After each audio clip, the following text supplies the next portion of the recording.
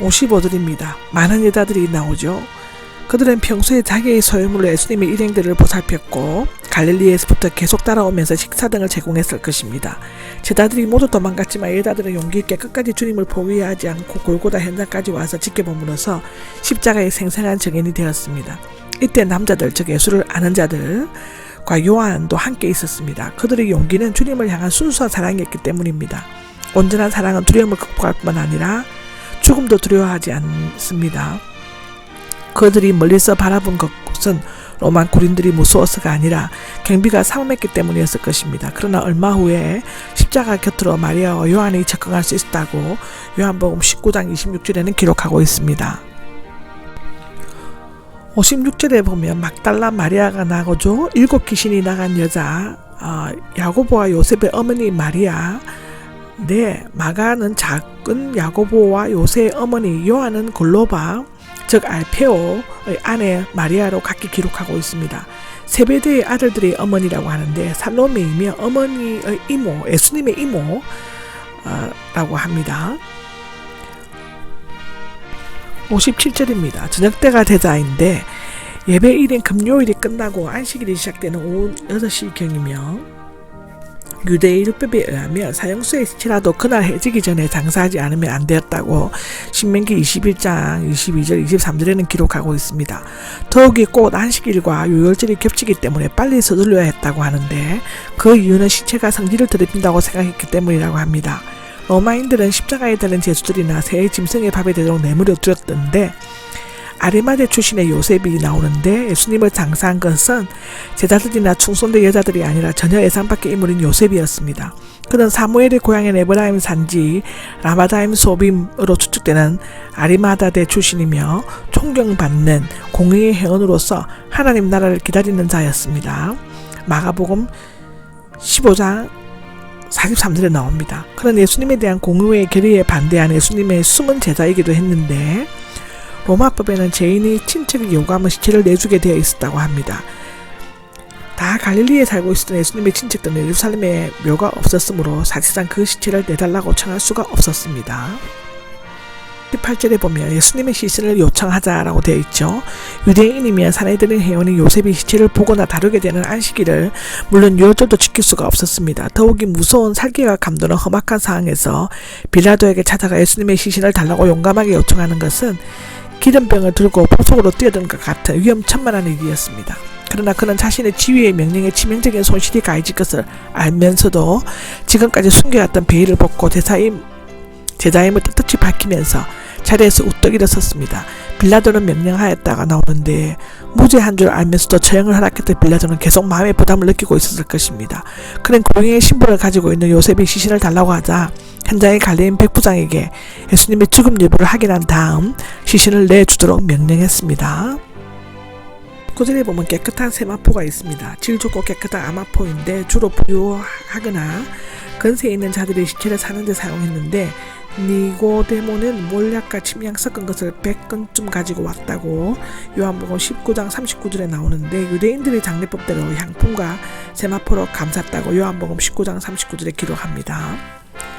60절을 보면 새 무덤이 나오는데 부자였던 요셉은 새 무덤을 자기의 가족 묘지로 사용하려고 했을 수도 있지만 다시는 그 묘지를 사용할 수 없었을 것입니다. 왜냐하면 랍비들은 처형된 사람이 놓여있는 무덤에 자기 아버지의 시체를 매장하는 것을 허락하지 않았기 때문인데요.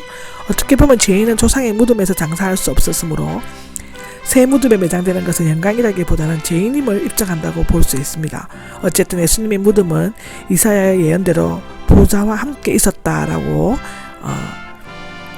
이사야 53장 9절에 나오는 대로 되었습니다. 61절에 보면 막달라 마리아와 다른 마리아인데 다른 마리아는 야고보와 요셉, 즉 요셉의 어머니, 로마법은 처형된 자를 위해 애곡하는 것을 금하였습니다.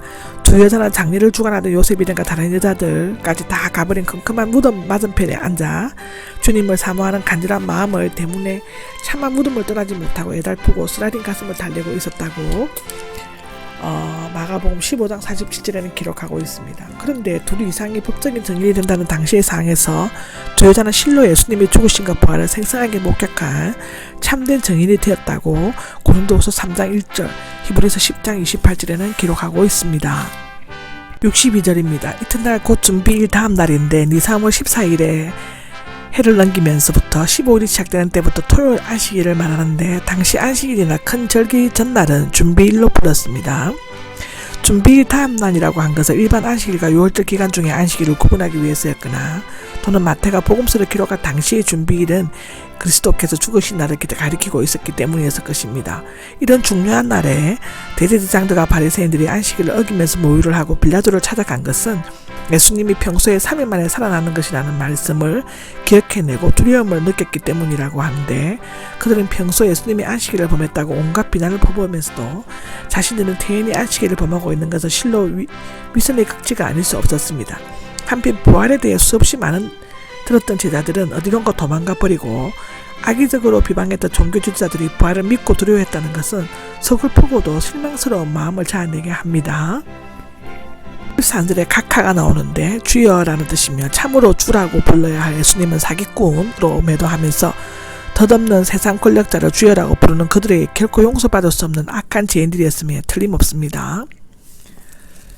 64절에 보면 셋째 날까지는 나오는데 그들은 예수님의 다른 말씀을 무시해버렸지만 3일 만에 살아나게 될 것이라는 대목을 정확히 기억해내고 대책을 세우려고 하였습니다. 만일 예수님께서 사흘이 지나도 부활하지 않으면 그는 유대인에게 사기꾼이요 속이는 자를 알려질 것이었습니다. 그 때문에 혹시 제자들이 와서 시신을 도둑질에 갈까봐 염려하여 무덤을 사흘 동안 지키라고 요청한 것이었는데 항상 거짓말을 하고도 남을 속이는 자는 남도 자기에게 그렇게 할 것이라고 생각합니다. 사실상 그들은 약했지만 그들의 예감은 어느 정도 옳았습니다. 만일 그들이 기대한 대로 예수님이 부활하지 않고 그 시신이 무덤에 그대로 놓여 있었다면 예수님은 사기꾼, 속이는 자가 되었을 것이었습니다. 그런데 실제로 그들의 기대는 빗나갔고 마지막 진실, 즉 부활이 처음에 즉 메시아보다 더 믿을 수 있는 것이 되어버렸습니다.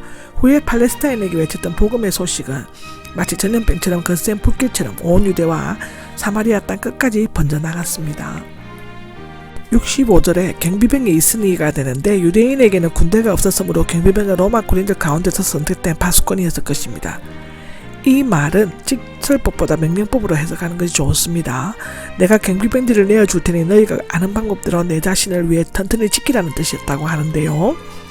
66절에 보면 그들은 임봉하고가 나옵니다. 앞서 요셉의 일꾼들은 큰 돌을 굴러 무덤 입구를 막았었는데 라고 하는데 그들의 돌은 밧줄로 매어 골 입구에 이은 후 밧줄 가운데와 끝이 흙으로 밀랍을 붙여 그 위에 인을 찍었다고 합니다. 오히려 이러한 행동은 예수님의 부활을 더욱 확실히 증가하는 표식이 되었습니다. 그러나 부활하신 예수님은 계속 가두어 둘 무덤은 이 세상에 없으며 인간의 그 어떤 계획도 부활하신 예수님을 영원히 얽매일 수 없습니다. 그들은 무덤을 굳게 지키지만 오래지 않아 주의 천사는 무덤 문을 열 것입니다. 그런 의미에서 볼 때 파수꾼들은 지키기에 불가능한 명령을 받았다고 할 수 있습니다. 이것으로서 27장은 끝입니다. 아멘.